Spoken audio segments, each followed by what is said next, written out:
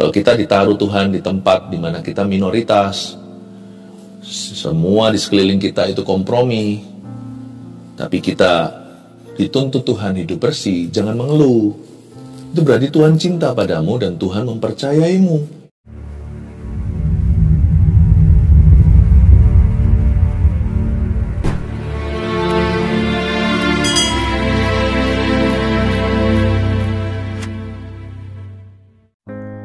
Daniel dimasukkan ke gua singa akibat melanggar larangan untuk menyembah dewa atau orang selain Raja Darius. Daniel mengetahui penetapan larangan itu, tetapi dia tetap berdoa kepada Allah 3 kali sehari. Lalu Daniel dibuang ke dalam lubang singa. Keesokan paginya, ketika Raja Darius mendatangi gua tersebut, Daniel berkata bahwa Allah telah menutup mulut singa di situ. Ketika Daniel dikeluarkan dari lubang singa, dia tidak terluka. Pada saat itu juga Raja Darius melihat kebesaran Allah yang disembah oleh Daniel. Tuhan tidak akan meninggalkan orang yang percaya dan setia kepadanya, seperti halnya Daniel yang taat kepada Tuhan. Meskipun dia tahu dia mungkin harus masuk ke gua singa, dia tetap berdoa dan memuji Tuhan seperti biasa. Begitu juga dengan kita. Walaupun kita merasa bahwa banyak cobaan atau penderitaan terjadi dalam hidup kita, jika kita terus berdoa dan percaya kepada Tuhan, kita tidak perlu merasa takut. Tuhan pasti akan menolong kita. Kutuk jadi berkat di gua singa, mulai dengan pasal 6 dulu, Daniel 6 ayat 4 sampai 6 saya bacakan, nanti kita lompat-lompat. Maka Daniel ini melebihi para pejabat tinggi dan para wakil raja itu, karena ia mempunyai roh yang luar biasa, dan raja bermaksud untuk menempatkannya atas seluruh kerajaannya. Kemudian para pejabat tinggi dan wakil raja itu mencari alasan dakwaan terhadap Daniel dalam hal pemerintahan, tetapi mereka tidak mendapat alasan apapun atau sesuatu kesalahan, sebab Daniel setia dan tidak ada didapati sesuatu kelalaian atau sesuatu kesalahan padanya. Maka berkatalah orang-orang itu, musuh-musuh Daniel ya, bilang begini, kita tidak akan mendapat suatu alasan dakwaan terhadap Daniel ini, kecuali dalam hal ibadahnya kepada Allahnya. Kita semua tahu Daniel berada di negeri orang-orang yang tidak percaya Tuhan. Dia di dunia sekuler. Dia berada di dalam kegelapan. Terang kan memang harus bersinar di tempat yang gelap. Ngapain nyalain lampu kalau terang semua? Kalau kita ditaruh Tuhan di tempat di mana kita minoritas, semua di sekeliling kita itu kompromi, tapi kita dituntut Tuhan hidup bersih, jangan mengeluh. Itu berarti Tuhan cinta padamu dan Tuhan mempercayaimu. Daniel ditaruh di situ. Daniel itu bekerja untuk seorang raja, Raja Darius, orang Media. Ini berada di Irak, Iran sana, jauh dari tanah air, jauh dari tanah Israel. Daniel dalam pembuangan. Pada saat itu mereka iri sama Daniel karena raja hendak menjadikannya penguasa atas seluruh kerajaannya. Saking tanggung jawabnya itu Daniel, saking pintarnya, saking tulusnya dapat dipercaya. Tapi mereka nggak bisa. Mau cari-cari kesalahannya nggak nemu. Nggak ketemu juga. Mau dari pemerintahan kayak, mau dari tugas-tugasnya, mau dari lifestyle gaya hidupnya. Tidak ada sesuatu apapun tentang Daniel yang adalah lalai. Tiada kelalaian tanpa suatu kesalahan. Bukan berarti Daniel itu sempurna, tidak. Tapi dia itu hidup erat-erat dalam takut akan Tuhan. Daniel kalau ikut sama Tuhan itu tidak jangka panjang saja. Ya, kita harus setia. Tapi dia perhatikan setiap langkahnya. Nggak seperti kita, pokoknya yang penting masuk surga, status sudah dapat, kita orang Kristen, anak Tuhan. Tapi langkah-langkah kita tuh bolong-bolong. Ikut Tuhan itu harus spesifik. Ikut Tuhan itu harus dalam detail-detailnya. Ikut Tuhan itu, kalau ikut Tuhan itu dalam jangka pendek, setiap langkah kaki kita itu berarti. Tidak boleh asal-asalan.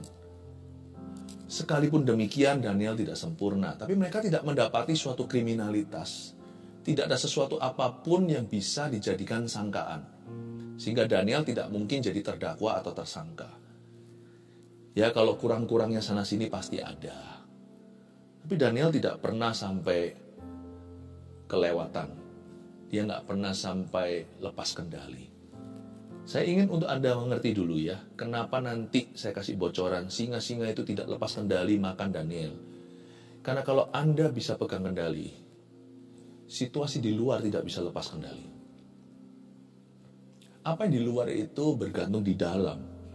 Berkat itu bukan materi. Berkat itu bukan apa. Berkat itu selalu dimulai dengan kata ini, siapa yang diberkati. Hubungan Daniel itu diberkati. Daniel had a blessed relationship with his God. Daniel itu punya suatu hubungan yang sangat diberkati oleh Tuhan. Berkat itu pertama-tama adalah hubungan dengan Tuhan. Berkat bukan bicara tentang mujizat. Berkat bahkan juga bukan jawaban doa. Berkat itu hati seseorang yang mencintai Allahnya. Dan Daniel itu diberkati dengan cara begitu. Apa yang diberkati oleh Allah, tidak ada apapun atau siapapun yang bisa mempan mengutukinya. Sebelum saya akan jelaskan lebih lanjut bagaimana kutuk nanti jadi berkat di gua singa, perhatikan, tidak ada kutuk yang bisa melekat di hati orang yang ada berkat. Di mana ditemukan di hati orang itu Tuhan duduk di tahta, hati itu ada berkat tertinggi. Adakah Yesus di tengah-tengah hidupmu? Apakah Anda dan saya sudah menjadikan Yesus Raja? Jangan hanya jadikan dia guru, jadikan dia Tuhan. Bukan kehendakku yang jadi, tapi kehendakmu. Itu harus kerap kali muncul di mulut kita. Jangan hidup menurut standar sendiri. Apa mau gua atau semau saya. Hidup itu jangan, pokoknya apa yang kupandang baik, tapi apa yang sesuai dengan firman. Orang yang kayak begini, gak bisa segala kutuk mempan. Setiap senjata melawannya tidak akan berhasil. Malah justru menjadi peluru keberhasilannya. Kutuk dilempar ke orang seperti itu, jadi permen semua. Hanya satu yang bisa melekat dalam diri orang yang begitu dekat dengan Tuhannya. Hanya satu yang bisa melekat, yaitu berkat Allahnya. Kalau Tuhan yang membuka pintu, siapa bisa menutupnya? Tapi kalau Tuhan memang berniat menutup pintu orang itu, apapun selalu apes dan tidak pernah terbuka. Ingat ya, sebelum saya nanti lebih lanjut, kutuk menjadi berkat. Sebenarnya kutuk tidak pernah menjadi berkat. Tapi kalau orang itu sudah berada di bawah berkat Allah, apapun terjadi akan jadi berkat di hidupnya. Singa pun jadi berkat dalam hidupnya. Nanti saya akan tunjukkan. Saya tunjukkan sekarang langsung aja. Ayat 14 sampai ayat yang ke-17 coba saya bahas. Lalu kata mereka kepada raja, langsung lompat ya. Ini mereka akan iri ya. Lalu kata mereka musuh-musuh Daniel pada raja, Daniel salah seorang buangan dari Yehuda, tidak mengindahkan tuanku, ya raja, dan tidak mengindahkan larangan yang tuanku keluarkan, tapi 3 kali sehari ia mengucapkan doanya. Begini. Mereka itu memancing raja. Namanya raja ini nggak punya Roh Kudus, ini bukan raja Israel. Raja ini penyembah berhala, makanya gampang sekali hatinya itu syarat dengan salah. Raja itu dimanipulasi sama orang-orang di bawahnya karena gengsinya, makanya dia menyetujui sebuah hukum bahwa hanya dia sang raja yang bisa disembah. Selama sekian lama tidak boleh siapapun menyembah apapun kecuali Raja Darius, kecuali raja orang Media. Dan ternyata itu adalah jebakan. Raja nggak mikir dari sisi Daniel. Kalau orang sudah egosentrik kan nggak bisa mikir orang lain. Maka raja untuk menyadarinya udah telat. Ini staf kesayangannya. Raja sangat perlu dia. Justru semua usahanya itu diberkati gara-gara Daniel. Tapi terlambat. Maka mereka sekarang mengadu domba. Nah, musuh itu ya paling bisa mengadu domba sih. Musuh-musuh kita itu nggak bisa mencari apa-apa pada diri orang yang hidupnya benar. Satu-satunya jalan ya fitnah. Satu-satunya jalan ya adu domba, adu sesama. Maka diadukanlah kepada raja. Setelah raja mendengar hal itu ayat 15, maka sangat sedihlah ia. Dan ia mencari jalan untuk melepaskan Daniel. Bahkan sampai matahari masuk, ia masih berusaha untuk menolongnya sampai matahari terbenam. Ini raja, bukankah dia berdaulat? Kan kita semua tahu zaman ini sekarang kan adalah hak asasi manusia. Cuman dulu kan zaman otoriter, autokrasi. Seharusnya raja sih berak-berak aja. Kalau dia memang mau bertindak mau apa? Tapi raja ini blunder sendiri. Dan raja ini blunder dengan dirinya. Setelah raja mendengar hal itu, dia sedih kan? Waduh, sadar dia. Ini konspirasi. Konspirasi melawan staf kesayangannya. Nomor 1 yang paling wahid. Gak ada seperti Daniel, kepandaiannya, hikmat-hikmatnya. Orang pintar banyak, tapi mereka semuanya jahat. Mereka semuanya yang punya agenda pribadi. Daniel enggak. Daniel itu tulus seperti merpati, bukan hanya cerdik saja. Sangat sedih hati raja. Dia segera kehilangan aset perusahaannya, aset kerajaannya. Dan ia mencari jalan untuk melepaskan Daniel. Sampai matahari terbenam loh. Dia terus cari-cari jalan untuk menolongnya. Sebenarnya bukan cari jalan untuk menolongnya sih. Raja juga mau cari jalan yang paling safe, paling aman untuk menolong Daniel tanpa membahayakan dirinya. Biasalah. Padahal raja, nanti saya kasih bocoran ya, terakhirnya ya. Raja kalau mau lemparkan musuh-musuh Daniel ini ke dalam gua singa juga bisa. Buktinya raja bisa main perintah. Raja main hukum sendiri karena raja lah hukum di zaman itu. Ya, apa yang di atas undang-undang ya raja. Karena zaman itu belum ada demokrasi. Jadi raja nantinya bisa langsung lemparkan ketika dia marah ya. Kalau raja marah, wah, murka datang tiba, siapa bisa menolong kita? Raja ini kalau lagi sudah lagi emosi, langsung aja main lempar singa. Itu terjadi nanti, saya kasih bocoran dulu. Tapi mengapa di ayat 15 dia tidak sungguh-sungguh totalitas tolong Daniel? Meskipun hatinya sedih, hatinya itu seperti mau mati. Raja ini setengah mati di dalam dirinya. Dia tahu kalau Daniel mati, kerajaannya akan beda. Sangat sedihlah ia, tapi kenapa dia tidak belanin Daniel? Tidak bela-belain Daniel. Dia malah cari-cari jalan tikusnya gimana ya caranya melepaskan Daniel ya. Dia cari jalan gimana. Kelihatannya dia mau menolong Daniel, tapi sebenarnya dia juga mau menolong dirinya. Ini loh, orang yang berharap sama manusia itu rugi sendiri. Karena ujung-ujungnya manusia di luar Tuhan itu hanyalah ingin menolong dirinya. Tidak ada orang yang akan tulus menolongmu. Kecuali kalau orang itu digerakkan oleh kasih Yesus. Tidak akan ada orang yang akan menolong kita kecuali kalau mereka memang disuruh oleh Allah kita. Tuhan itu bisa suruh orang baik atau orang jahat. Itu terserah Tuhan. Sedangkan hati raja pun di tangan Tuhan kok. Ke kiri kanan itu seperti batang air Tuhan setir. Tuhan setir seperti nakoda. Tuhan itu punya burung gagak. Diutusnya ke sungai Kerit kepada Elia untuk memberinya makan roti dan daging. Tapi Tuhan juga punya burung merpati yang dilepaskan oleh Nuh untuk melihat, membawa sebuah tangkai dahan zaitun. Sehingga mereka semua tahu bahwa air bahtera telah surut. Orang baik, orang jahat itu semuanya ada di tangan Tuhan. Tuhan itu adalah Allah. Semua orang, segala pihak hanyalah alat di tangannya. Tapi Tuhan mengasihi orang benar, Tuhan membenci orang fasik. Dua-dua Tuhan bisa pakai, yang satu Tuhan bisa manfaatkan. Tuhan memakai orang benar, tapi Tuhan juga bisa memanfaatkan orang jahat. Hari itu, yang namanya raja ini, yang adik kuasa, tidak bersungguh-sungguh hati menolong Daniel, sekalipun hatinya cinta Daniel setengah mati. Dari sini mengajarkan kepada kita, firman Tuhan itu benar, jangan berharap sama manusia, itu betul. Itu betul. Karena raja-raja dunia ini bisa penuh dengan kuasa dan berpengaruh, berkedudukan pula, serta menjanjikan, kayaknya ini bisa tolong aku, kayaknya orang itu strategis sekali. Kayaknya koneksi saya ini pasti bisa nanti pada waktunya bail me out atau memberi saya kartu lepas dari penjara seperti game Monopoly.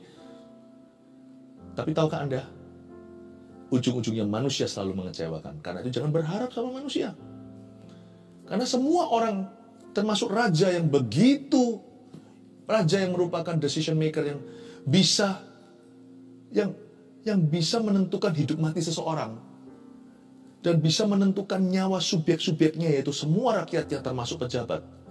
Gak mau sungguhan menolong karena terlalu risky buat dia. Terlalu beresiko tinggi. Nanti gimana orang melihat dia pelin-pelan lah. Peraturannya dia sendiri gak jalan lah. Lain kali orang kalau gak lagi respect sama aku gimana, bagaimana kalau mereka nanti mengkudeta. Siapa tahu saya kehilangan hormat rakyat. Gimana kalau nanti pegawai-pegawaiku ilfil semuanya tidak bisa menghargai saya lagi, kata-kataku tidak lagi ada bobotnya. Kata-kata saya sudah tidak ada lagi tendangannya. Coba ya, too risky for him, terlalu berisiko. Ayat 16, lalu bergegas-gegaslah orang-orang itu menghadap raja serta berkata kepadanya, ketahuilah ya raja bahwa menurut undang-undang orang Media dan Persia tidak ada larangan atau penetapan yang dikeluarkan raja yang dapat diubah. Wah, mereka ini memang pintar nih, lawyer semua ini, pengacara. Raja dihimpit oleh kata-katanya sendiri. Raja dipojokkan oleh cincin materainya. Tanda tangan raja sekarang bumerang pada dirinya. Raja si malangkamah, maju kena, mundur kena. Dimakan mati, tidak dimakan mati. Susah dalam situasi seperti itu. Raja terpaksa menyelamatkan diri. Sesudah itu raja memberi perintah, ayat 17. Lalu diambillah Daniel dan dilemparkanlah ke dalam gua singa. Akhirnya, apa-apa? Siapa jadi korban? Nggak mungkin raja itu mengorbankan dirinya. Hanya ada satu raja di atas segala raja, yang mengorbankan dirinya untuk rakyatnya. Karena begitu besar kasih Allah akan dunia ini, Ia mengaruniakan anak yang tunggal supaya barang siapa percaya tidak binasa, melainkan beroleh kekal. Hanya ada satu Prince of Peace, Raja Damai, yang mau dipaku di atas kayu salib. Hukuman yang paling hina, supaya orang berdosa yang paling buruk seperti Anda dan saya diselamatkan. Tapi raja-raja dunia selamatkan dirinya. Daniel diberikan perintah agar dilemparkan ke dalam gua singa. Tapi raja ini sendiri tidak menginginkan itu terjadi. Raja tahu dia terjebak. Raja tahu bahwa dia ditipu. Sehingga berbicaralah raja kepada Daniel, ayat 17b. Allahmu yang kau sembah dengan tekun, dialah kiranya yang melepaskan kau. Lihat ini. Raja itu menyaksikan sungguh-sungguhnya iman Daniel. Sekarang raja itu berbunyi begini. Dia berkata, Allahmu yang kau sembah dengan tekun, biarlah dia yang melepaskan dirimu. Ini bukan ejekan, cemoohan. Ini harapan terakhir raja. Raja berkata, sorry Daniel, aku gak berani tolong kamu. Daniel, semoga. Raja ini gak percaya. Tapi raja percaya Daniel. Dan mungkin dalam hatinya dia berkata, mungkin Allahnya bisa tolong dia. Kalau bagi Daniel sudah gak mungkin lagi. Bagi Daniel sudah pasti. Daniel tahu bahwa Allahnya setia. Raja berkata, Allahmu yang kau sembah dengan tekun. Raja aja bisa bersaksi bahwa Daniel itu menyembah Allah dengan tekun. Tidak sia-sia kita itu menyembah Tuhan dengan tekun. Sungguhan, Tuhan itu gak akan mengecewakan. Sekalipun tidak segala sesuatu terjadi sesuai ekspektasi kita, sesuai aplikasi kita. Tapi Tuhan itu selalu melampaui ekspektasi manusia. Apa yang tidak pernah kita lihat, belum kita dengar, belum muncul dalam pikiran, Tuhan sudah sediakan bagi orang-orang yang mengasihi Dia. Jangan lekas kecewa. Jangan marah-marah sama yang Maha Kuasa. Hanya karena doamu tidak dijawab persis seperti yang kau inginkan. Percaya dulu dengan iman. Jadikan itu doktrin hati yang tidak pernah berubah. Bahwa Allah yang kita sembah dengan tekun itu, Dia sanggup melepaskan kita. Allah yang kita sembah dengan setia itu, Dia tidak akan mengecewakan pada akhirnya. Karena itu jangan pernah kita itu setengah jalan. Jangan sama Tuhan itu pelin-pelan. Kalau beriman itu beriman sungguhan. Kalau setia itu sampai mati. Dan kalau ikut Tuhan itu dalam suka dan duka, dalam sakit dan dalam sembuh. Apapun terjadi, jangan lepaskan Yesusmu. Karena Yesus itulah satu-satunya penolongmu yang ajaib. Dan Dia berjanji akan datang kembali membawa kita bersama-sama dengan dirinya. Allahmu yang kau sembah dengan tekun, Dialah kiranya yang melepaskan engkau. Perkataan Raja. Dan kita lihat lompat ayat 20. Langsung pagi hari ya. Ayat 18-19 tidak saya bacakan. Di situ raja berpuasa semalam-malaman, gak bisa tidur dia. Karena Daniel adalah kesayangan. Ayat 20, pagi-pagi sekali, ketika fajar menyingsing, bangunlah raja dan pergi dengan buru-buru ke gua singa. Seperti orang yang kena masalah tidak bisa tidur pulas. Raja tipe yang begitu, bukan tipe orang yang kalau dalam problema malah bisa lekas tidur, nggak mau bangun-bangun. Dia lebih kebalikannya. Kalau dia ada pikiran, dia akan terjaga. Dan semalam-malaman raja itu tidak minta penghibur-penghibur layaknya seorang raja yang sedih. Biasanya akan ada servis dari istana untuk menghibur hatinya. Dia nggak mau, malah dia nggak mau makan semalaman. Ini susah, perut lapar, nggak enak tidur. Dan orang kalau terjaga semalaman pasti lapar. Dia puasa, dia tidak nafsu makan, nggak tahu dia puasanya itu mungkin bukan seperti puasa kita kepada Tuhan. Tapi puasanya dia adalah puasa karena dia nggak nafsu makan. Tapi mungkin dia juga semacam sembahyang. Allah yang disembah tekun oleh Daniel itu, tolonglah dia. Daniel telah menjadi saksi yang setia. Paling tidak kalau raja ini belum percaya, raja itu sudah melihat bukti iman Daniel. Raja itu pun akhirnya berdoa kepada Allah Daniel. Pagi-pagi dia langsung lari buru-buru ke gua singa. Coba lihat ayat 21. Dan ketika ia sampai ke dekat gua itu, berserulah ia kepada Daniel dengan suara yang sayu. Berkatalah ia kepada Daniel, sayu ya, bunyinya begini. Daniel, hamba Allah yang hidup, lemah dia. Allahmu yang kau sembah dengan tekun, telah sanggupkah ia melepaskan kau dari singa-singa itu? Dia sayu bukan karena dia letih semalaman, tidak tertidur. Matanya berat, dia mengantuk. Bukan hanya stres atau yang menghinggapi dia sepanjang malam. Tapi juga karena dia tidak berharap ada jawaban dari pertanyaannya. Dia pesimis datang ke gua singa. Daniel, are you there? Kamu masih di situ? Sudah matikah engkau? Apa Allah yang kau sembah itu? Allah yang kau sembah dengan tekun, sanggupkah dia melepaskan kau dari singa-singa itu? Kagetnya kayak apa ya 22. Lalu kata Daniel pada raja, ya raja, kekalah hidupmu. Terkejut dia. Kamu masih hidup. Ini raja sekuler, ingat? Dia tidak beriman. Dia nggak sangka mujizat terjadi di depan matanya. Kenapa dia berseru dengan sayu? Tapi ayat 19 dikatakan bahwa dia berpuasa semalaman. Saya beritahu ya, doa yang kecil volumenya pun didengar Tuhan. Bahkan dari raja yang tidak mengenal Tuhan, tapi kalau dia berdoa untuk perkara yang benar. Kalau Tuhan Yesus itu dipanggil, bahkan oleh orang jahat pun, Tuhan itu beri telinga. Kalau permintaannya berkenan pada Tuhan, Tuhan dengarkan. Apalagi kalau orang itu mau bertobat. Raja ini berdoa, berpuasa, lalu berseru dengan sayu. Iman pas-pasan pun Tuhan tidak lewatkan. Jadi jangan pernah merasa doaku harus sempurna baru didengarkan. Imanku harus gagah, barulah gunung dipindahkan. Doa itu sungguh-sungguh. Yang penting itu komitmen. Yang penting itu doa sungguh-sungguh, maksudnya doa itu jangan coba-coba. Doa itu harus tekad bulat. Iman itu nggak usah besar. Yang penting utuh. Iman itu bukan size-nya. Iman itu shape-nya. Iman itu bukan ukurannya. Iman itu bentuknya. Yang penting bulat dia. Imanku pas-pasan, tapi kalau tekadku bulat untuk berdoa, pasti saya ketemu Tuhan di ujung doa saya.